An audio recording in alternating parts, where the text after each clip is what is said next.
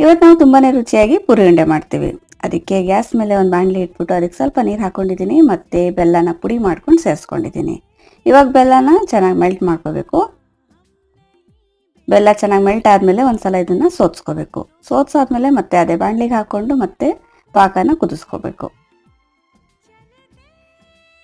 ಈ ಥರ ಸ್ವಲ್ಪ ನೊರೆ ಬಂದಾಗ ಸ್ವಲ್ಪ ನೀರಿಗೆ ಹಾಕ್ಕೊಂಡು ಚೆಕ್ ಮಾಡಬೇಕು. ಈ ಥರ ಗಟ್ಟಿಯಾಗಿ ನೋಡಿ, ಈ ಥರ ಕಲ್ ಥರ ಆದಾಗ ಫ್ಲೇಮ್ನ ಫುಲ್ ಲೋ ಮಾಡಿಕೊಂಡು ಅದಕ್ಕೆ ಸ್ವಲ್ಪ ತುಪ್ಪ ಸೇರಿಸ್ಕೊಂಡು ಮತ್ತು ಯಾಲಕ್ಕಿ ಪುಡಿ ಸೇರಿಸ್ಕೊಂಡು ಒಂದ್ಸಲ ಮಿಕ್ಸ್ ಮಾಡ್ಕೋಬೇಕು.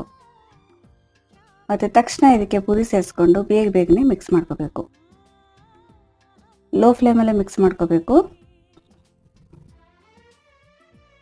ಪುರಿ ಬೆಲ್ಲ ಎಲ್ಲ ಚೆನ್ನಾಗಿ ಮಿಕ್ಸ್ ಎಲ್ಲ ಆದಮೇಲೆ ಗ್ಯಾಸ್ನ ಆಫ್ ಮಾಡಿಕೊಂಡು ಇದು ಬಿಸಿ ಇದ್ದಾಗಲೇ ಬೇಗನೆ ಉಂಡೆ ಕಟ್ಕೋಬೇಕು. ರುಚಿಯಾಗಿ ಪುರಿ ಉಂಡೆ ರೆಡಿಯಾಗಿದೆ.